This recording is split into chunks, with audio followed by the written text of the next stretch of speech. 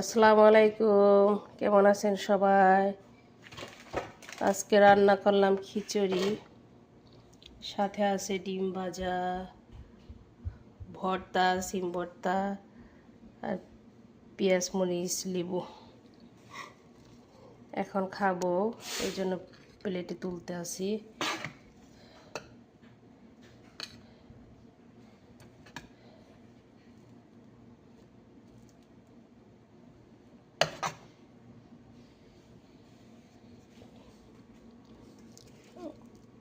এই ডিম ভাজা, সিম ভর্তা,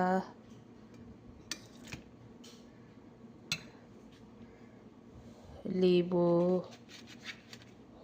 কাঁচামরিচ, পেঁয়াজ।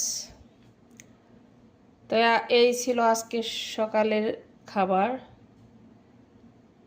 তো আমার মতো কে কে খিচুড়ি পছন্দ করেন? আমি অনেক খিচুড়ি পছন্দ করি, এই জন্য প্রায় রান্না করি। তো সবাই ভালো থাকেন, আল্লাহ হাফেজ।